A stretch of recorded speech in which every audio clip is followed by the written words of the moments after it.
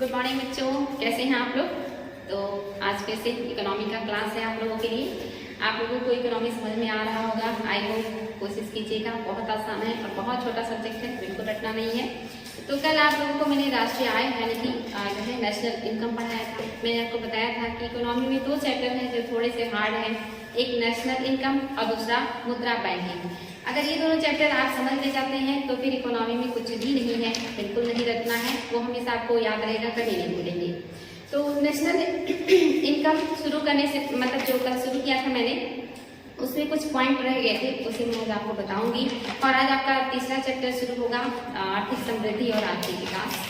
लेकिन कल के कुछ पॉइंट्स जो बहुत इंपॉर्टेंट हैं, बार बार एग्जाम में पूछते हैं या आपको और भी अच्छे से समझने के लिए जरूरी है, उससे आज मैं थोड़ा सा और आपको बताना चाहूंगी। तो आप थोड़ा सा ध्यान दे करके पॉइंट को सुनिएगा, विचार कीजिएगा, बहुत आसानी से समझ में आ जाएगा।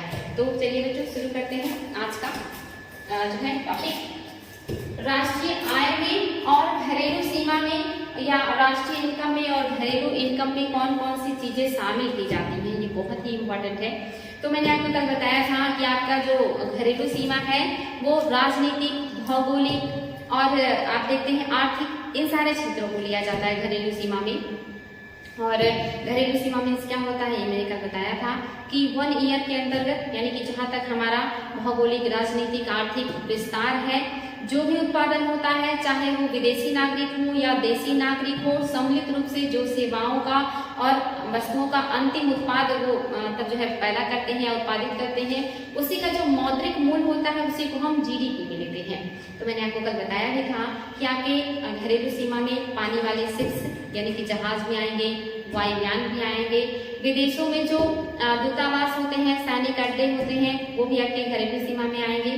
लेकिन उनका क्या इनकम होता है और कौन सी चीजें हमारे घरेलू सीमा में आएंगी, वो हम आपको आज और डिटेल में बताएंगे। जैसे आप जानते हैं कि जो पानी की शिप्स हैं यानी कि जहाज है, उससे माल ढुलाई भी होता है और उससे व्यक्तियों का जो है सफर भी होता है, यानी कि परिवहन के रूप में काम आता है। तो जो भी जल में उपयोग की जाते हैं शिप्स या जहाज, उसमें जो भी इनकम होगा, सेवाओं का, वस्तुओं का जो अंतिम उत्पाद होगा, उससे जो भी मौद्रिक मूल्य निकलेगा वो हमारी घरेलू सीमा में आएगा, उसको हम अपने घरेलू सीमा में लेंगे।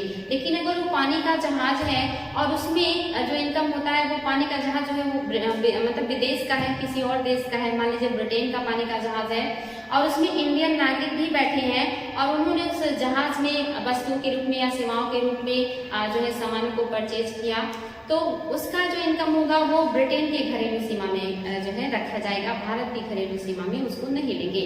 यानी कि पानी के जहाज जो है अगर वो हमारे देश का है, इंडिया का है, और उसमें चाहे देशी या विदेशी नागरिक उसमें वस्तुओं और सेवाओं का उत्पादन करते हैं, तो उसका जो अंतिम उत्पाद होगा उसके मौद्रिक मूल्य को हम घरेलू सीमा में लेंगे या अपने जो इकोनॉमी में उसको ऐड करेंगे।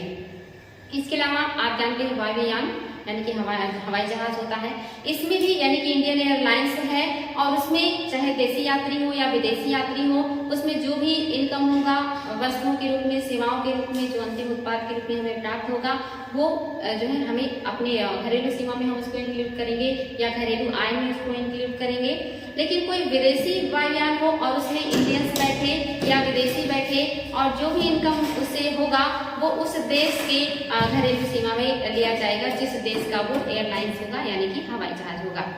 ऐसे ही दूतावास होते हैं, यानी कि हमारे दूतावास अलग अलग देशों में बनाए गए हैं। उस दूतावास में जो भी इनकम होगा, जैसे आप जानते हैं दूतावास में क्या इनकम होते हैं, तो अगर उस देश से भारत में किसी को आना होगा तो उसे वीजा लेना होगा। उस वीजा के लिए वो वहाँ के दूतावास में जाएगा, वहाँ पे संपर्क करेगा और वहाँ पे पैसे वगैरह जमा करेगा। तो जो इनकम वहाँ के दूतावास में होगा, वहाँ के विदेशियों के द्वारा, या वो क्या होगा, बच्चों आप लोगों को बता रहे थे कि जो दूतावास में इनकम होता है, यानी कि जो विदेशी हैं इंडिया में आने के लिए जब वीजा के लिए अप्लाई करते हैं तो वहाँ पे पैसे जमा करते हैं, वो जो इनकम होता है उसको भी हम अपने घरेलू सीमा में लेते हैं। यानी कि जो विदेशों में दूतावास है, अगर कोई उसके ऊपर हमला करता है या आक्रमण करता है तो ये माना जाएगा कि वो भारत के ऊपर आक्रमण कर रहा है, भारत के ऊपर हमला कर रहा है और इसे भारत की संप्रभुता पर आंच या संप्रभुता पर जो है कुठाराघात समझा जाएगा। यानी कि वहाँ पे कोई विदेशी व्यक्ति इंटरफेयर बिल्कुल भी नहीं कर सकता है। ऐसे ही अगर इंडिया में दूसरे जो है देशों के दूतावास हैं और उसमें कुछ इनकम इनकम होता है तो वो इनकम उस देश के घरेलू सीमा में लिया जाएगा। उसको भारत के ना तो घरेलू में लेंगे और ना ही इसको राष्ट्रीय में लेंगे। वो उस देश की घरेलू सीमा के अंतर्गत आएगा जिस देश का वो दूतावास होगा। जैसे आपने एक घटना का नाम सुना होगा, चाइना में एक बार 20,000 जो है छात्रों के ऊपर हमला किया गया था। वहाँ की सरकार ने उनको मारने का आदेश दिया था प्रदर्शन के दौरान।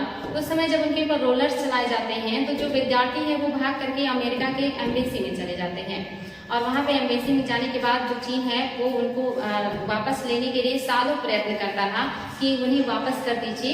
लेकिन अमेरिका ने लगभग कई साल गुजर गए, लगभग 20 साल बाद, या वो जो बच्चे थे वो काफी एज के हो गए, उसके बाद उनको जो है चाइना को सौंपा। तो चाइना का बिल्कुल भी वो हमला नहीं कर सकता है, जबरदस्ती एम्बेसी में नहीं घुस सकता बिना परमिशन, वरना माना जाता कि उसने अमेरिका के ऊपर हमला किया है। तो इस तरह की जो चीजें हैं आप लोगों को बिल्कुल क्लियर होना चाहिए कि इंडिया में अगर है कोई विदेशी एम्बेसी, उसका इनकम उस देश का होगा जिसका वो होगा, और हमारी एम्बेसीज यानी कि जो दूतावास होते हैं दूसरे देशों में, वहाँ पे जो इनकम होगा वो हमारे घरेलू सीमा में होगा। इसके अलावा दूसरे देशों में जो सैनिक अड्डे बनाए जाते हैं उसमें भी जो इनकम होगा या जो सैनिक अड्डा होगा वो हमारे घरेलू सीमा के अंतर्गत आएगा, उस पर भी कोई हस्तक्षेप नहीं कर सकता है। तो ये सारी चीजें यहाँ की घरेलू सीमा में जो है आती हैं, यानी कि उनमें जो भी इनकम होगा चाहे सेवाओं के रूप में चाहे वस्तुओं के रूप में, वो आपके देश की आय के रूप में जोड़ा जाएगा। कौन सी चीजें हैं जिसको हम अपने घरेलू सीमा में या अपने राष्ट्रीय इनकम में नहीं लेते हैं? तो राष्ट्रीय इनकम में हम उन वस्तुओं को नहीं लेंगे जो सेकेंड हैंड हो चुकी है, यानी कि एक बार परचेज करने के बाद उसे दोबारा कोई मतलब जो है बेच देता है, कोई और खरीदता है, तो उन वस्तुओं के मूल्य को या मौद्रिक मूल्य को हम जीडीपी में नहीं लेते हैं, क्योंकि उनमें क्या हो चुका है, वो नया नहीं है बल्कि वो क्या है, पुराना हो चुका है। यानी कि राष्ट्रीय आय में उसी को लेंगे, उन्हीं सेवाओं को, उन्हीं वस्तुओं को लेंगे जो पहली बार निर्माण किए जाते हैं या जिनका नया नया निर्माण होता है, उन्हीं के जो है अंतिम उत्पाद को हम अपने राष्ट्रीय इनकम में लेते हैं। इसके अलावा अगर कोई किसी को रिश्वत देता है या उपहार देता है या इस तरह की चीजें देता है जिससे वस्तुओं और सेवाओं का क्रिएशन नहीं हो रहा है, जिससे कोई वस्तु या सेवा का उत्पादन नहीं हो रहा है, उसे भी हम अपने राष्ट्रीय इनकम में या जीडीपी में इंक्लूड नहीं करते हैं। तो ऐसे कुछ इंपॉर्टेंट पॉइंट्स हैं जो आप लोगों को ध्यान देना है। जैसे मान लीजिए बिल्डिंग है, जब ये बिल्डिंग बन के तैयार हुई तो इसको हमने जो है जीडीपी में काउंट किया, लेकिन इस बिल्डिंग की जो कीमत है वो 2-3 सालों में बहुत ज्यादा बढ़ जाएगी, फिर भी हम उस कीमत को इंक्लूड नहीं करेंगे क्योंकि नया कोई जो है वस्तु नहीं बना है। लेकिन अगर इसी बिल्डिंग के ऊपर 2-3 महले और बना दिया जाए और उसका जो है आप देखेंगे इनकम या जो उसमें पैसे लगे हैं वो जो है 30-40 लाख रुपए प्लस हो जाए, तो फिर उस पर क्या होगा, वो हमारे जो है इनकम में उसको जोड़ा जाएगा। लेकिन जो पहले से बना हुआ बिल्डिंग है उसको हम नहीं लेंगे। जैसे मान लीजिए गहने हैं, कोई दुकान से परचेज करता है तो वो उसका जो होगा उससे जीडीपी में आय होगा, लेकिन वही गहना सालों रखने के बाद जब वो पुराना हो जाता है और भले ही उसकी कीमत बढ़ जाती है, मार्केट में वो वस्तु आप 10,000 में लाए हैं और वापस बेचने जाए वो आपको 20,000 मिले, तब भी हम उसको अपने जीडीपी में इंक्लूड नहीं करते हैं। इसके अलावा महिलाओं का काम जीडीपी में इंक्लूड नहीं होता, वो कितना भी काम करे उनको जीडीपी में नहीं लिया जाता। जैसे मान लीजिए कोई व्यक्ति है और वो जो है टीचिंग का कार्य करता है, टीचिंग के कार्य में जो भी उसको अर्न मिलेंगे वो उसके लिया जाएगा इनकम में, और उससे अगर वो अपने घर में कोई नौकरी पे रखा हुआ महिला तो जो भी उसको देगा पैसा, मान लीजिए उसको 2,000 देता है, उसका अपना इनकम 10,000 है तो 10,000 जीडीपी में काउंट होगा।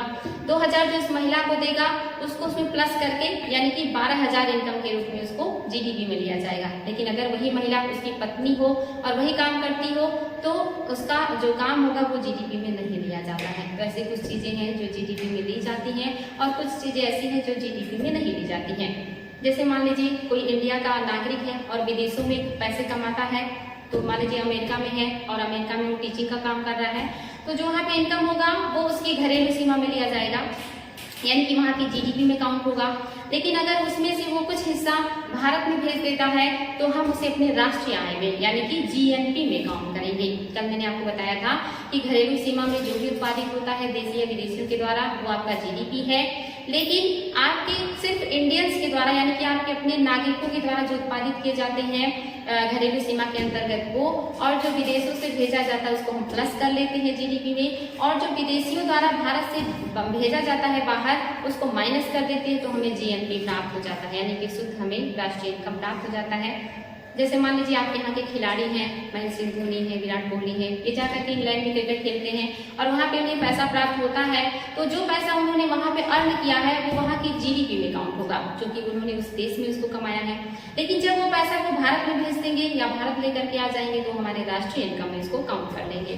तो ये माइनर सा अंतर है। एग्जाम में बहुत ज्यादा इस तरह के एग्जाम्पल देता है कि बताइए ये आपकी राष्ट्रीय आय में शामिल होगा या नहीं होगा। तो आपको इसको बहुत ध्यान से देखना है, बारीकी से समझना है, बहुत आसान है, आप एक बार समझ ले जाएंगे तो आपको किताब देखने की जरूरत ही नहीं होगी, आप किसी को भी सारी चीजें समझा ले जाएंगे। तो एक ही इंपॉर्टेंट पॉइंट बच्चों जो कल के टॉपिक से बचे हुए थे वो मैंने आप लोगों को बता दिया है।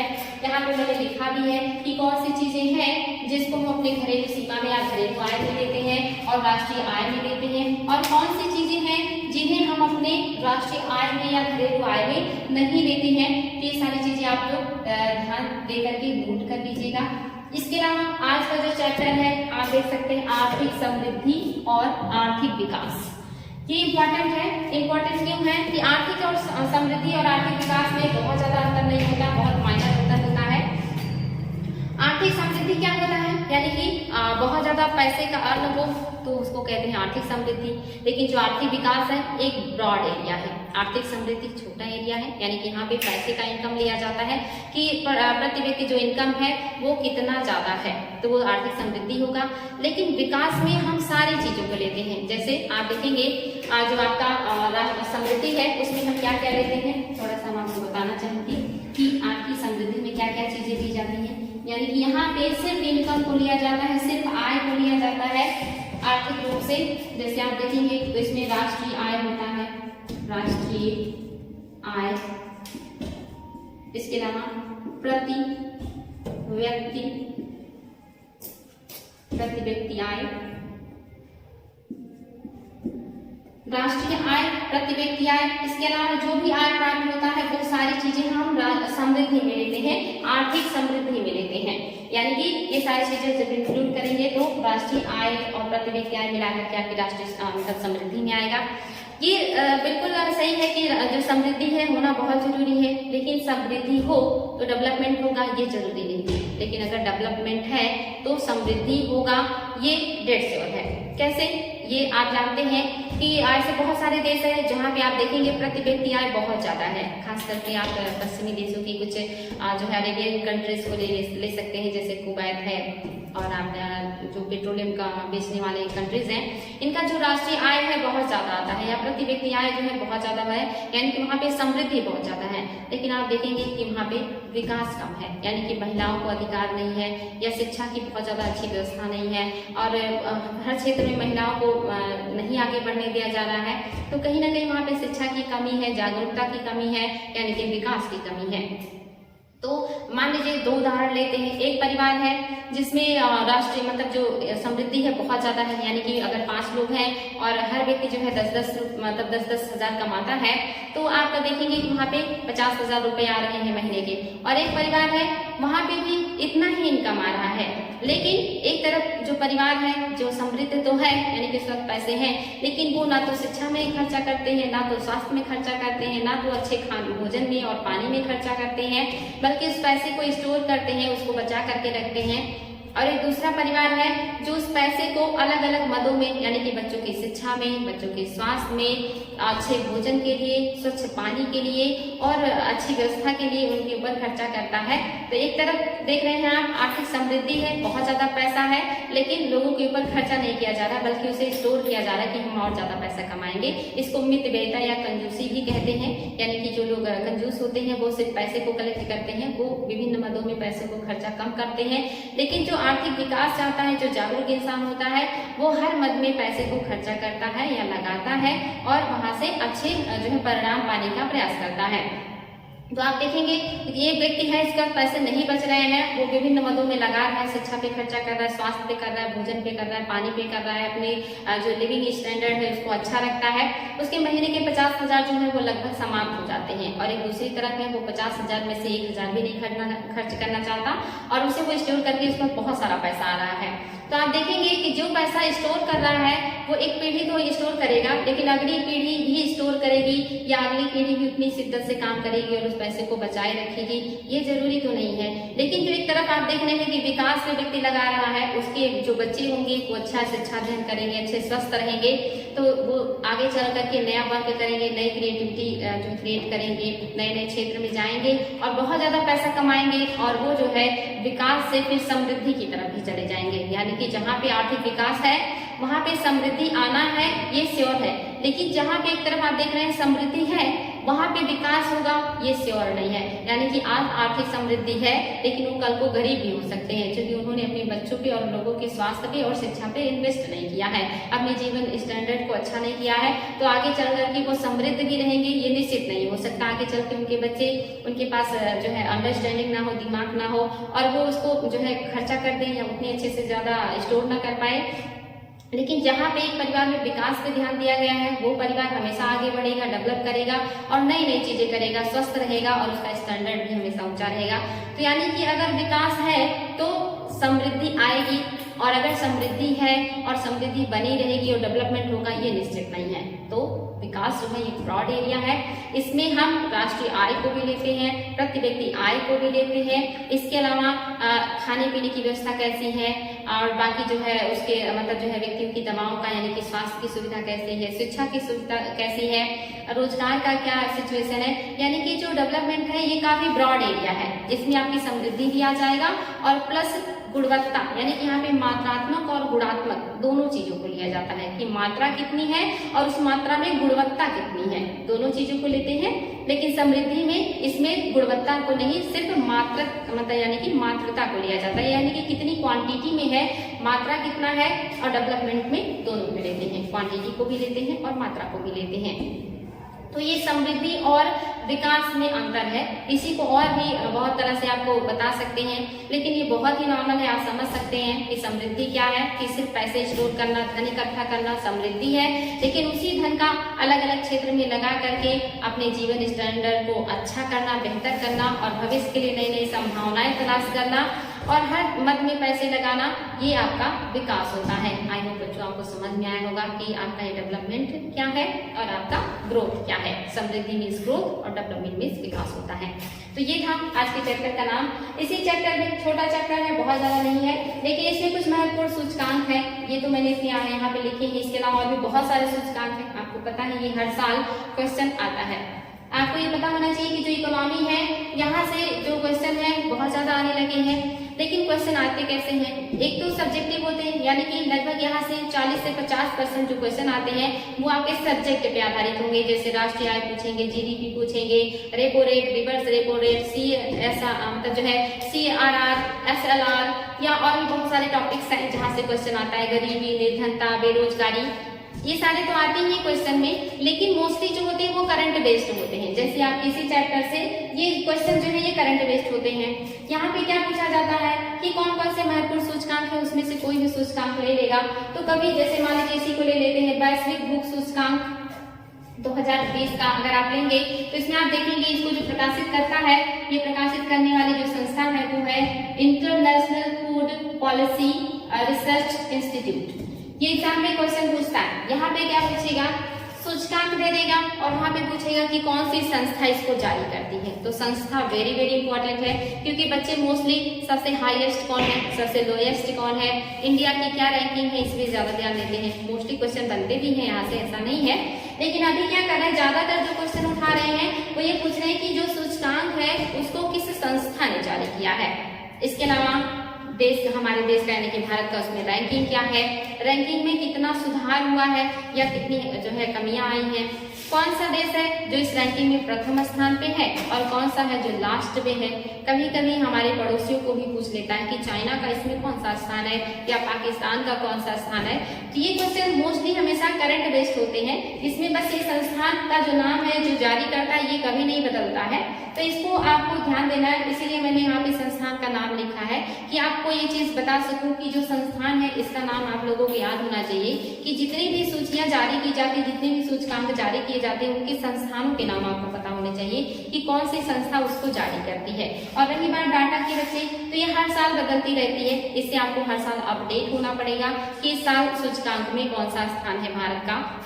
जैसे आपने यहाँ पे देखा वैश्विक भूख सूचकांक में जो भारत का स्थान है ये 2020 में 94वां है और इसको जारी किया है किसने? IFPRI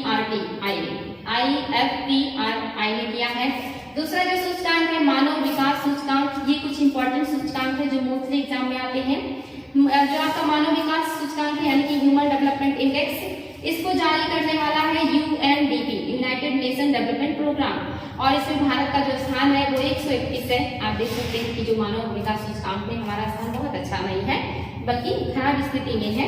इसके अलावा अब आपको क्या देखना है कि इसमें प्रथम स्थान किस देश का है, लास्ट किस देश का है। चूंकि ये सूची बदलती रहती है बच्चों, इसलिए आपको इससे खुद ही अपडेट होना है।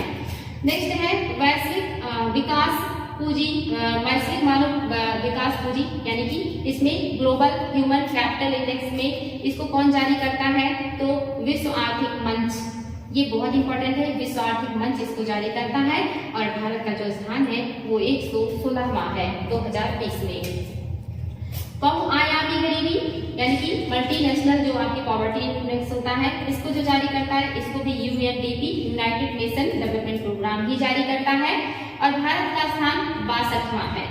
इसके अलावा आप देख सकते हैं सतत विकास लक्ष्य सूचकांक, ये आपका नेक्स्ट इंडेक्स है और इसको जारी करने वाला है संयुक्त राष्ट्र के सतत विकास के समाधान नेटवर्क और बर्ट लूम स्टीफंक्टन, ये आपका संस्था है, काफी बड़ा नाम है। ये जारी करता है सतत विकास लक्ष्य सूचकांक यानी कि sustainable development index. Sustainable development क्या होता है? ये बहुत अच्छा वर्ड है, आजकल एग्जाम में बहुत ज्यादा बन रहा है। इसको धारणीय विकास भी कहते हैं, यानी कि ऐसा डेवलपमेंट जो हम प्राकृतिक संसाधनों का हम ऐसा दोहन करें या जो निर्माण करते हैं, जो डेवलपमेंट करते हैं वो ऐसा करें कि जो हमारी आने वाली पीढ़ी है वो भी जो है उसका उपभोग कर सके, वो भी जो है इन सारी चीजों को देख सके, समझ सके। तो उनके लिए ध्यान में रख करके यानी कि आने वाली पीढ़ी को ध्यान में रख करके हमें कोई भी डेवलपमेंट करना है। ये नहीं कि जो वर्तमान में इतने बड़े पैमाने पे कोयला है, तेल है या लकड़ियां हैं, इन सब का हम अपने स्वार्थ के लिए इतना ज्यादा दोहन कर लें कि हमारी आने वाली पीढ़ी को ये सारी चीजें प्राप्त ना हो और जो मतलब इतना ज्यादा वायु प्रदूषण कर ले कि आने वाली जो पीढ़ी है सांस ना ले पाए, इतना ज्यादा जल प्रदूषण ना कर दे कि आने वाली जो पीढ़ी है उसे स्वच्छ पानी ना मिले।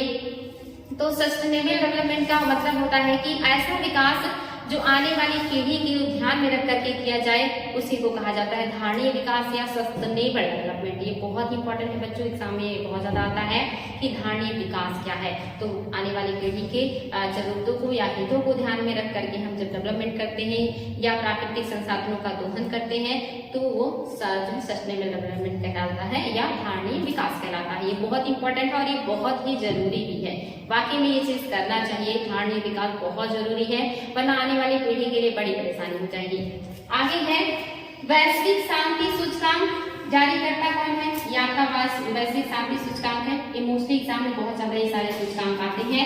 इसको जो जारी करता है वो Institute for Economic and Peace, ये जो आपका है देख सकते हैं ये इकोनॉमिक पीस जो है इसको जारी करता है और भारत का जो स्थान है 139वां है, 139वां है 2020 में, इंपॉर्टेंट है। इसके अलावा खुशहाली रिपोर्ट जो जारी करता है वो संयुक्त राष्ट्र सतत विकास समाधान नेटवर्क इसको जारी करता है और इसमें जो भारत का स्थान है 144वां है, 144वां। हम इधर लगातार इस जो है श्रेणी में या इस सूचकांक में जो है पीछे होते जा रहे हैं। पता नहीं क्या रीजन है कि खुशहाली रिपोर्ट में मोस्टली जो फिनलैंड है कई सालों से ही नंबर 1 पे बना हुआ है और इंडिया का जो स्थान है वो नीचे गिरता जा रहा है। और नेक्स्ट है हैप्पीनेस इंडेक्स, इसको जो जारी करता है वो न्यू इकोनॉमिक फाउंडेशन है और इसमें भारत का जो स्थान है 114 है। ये इंपॉर्टेंट है बच्चों, कुछ सूचकांक मैंने आप लोगों को दिया है जहां से मोस्टली क्वेश्चन बनते हैं। इनके संस्थाओं के नाम आप जरूर याद रखिएगा और बाकी जो आंकड़े हैं उनसे हमेशा आपको अपडेट होना पड़ेगा। हर साल ये चेंज हो जाते हैं थोड़े बहुत, इसलिए इनको आप हमेशा अपडेट करने की कोशिश कीजिएगा। लेकिन इन सूचकांकों के नाम और इनके संस्थाओं के नाम आप लोग बहुत सीरियसली ध्यान से याद कर लीजिएगा। तो ये कुछ छोटा सा चैप्टर था जिससे बहुत सारी चीजें नहीं थी, आर्थिक समृद्धि, आर्थिक विकास और ये सूचकांक, ये सारी चीजें हो चुकी हैं। आई होप बच्चों आप लोगों को समझ में आ रहा होगा, आपको आपको पसंद आ रहा होगा। आप लोग लाइक नहीं करते हैं तो मुझे पता नहीं चलता कि आपको अच्छा लग रहा है कि नहीं अच्छा लग रहा है। तो अगर आपको अच्छा लगे तो प्लीज लाइक कीजिएगा। थैंक यू बच्चे।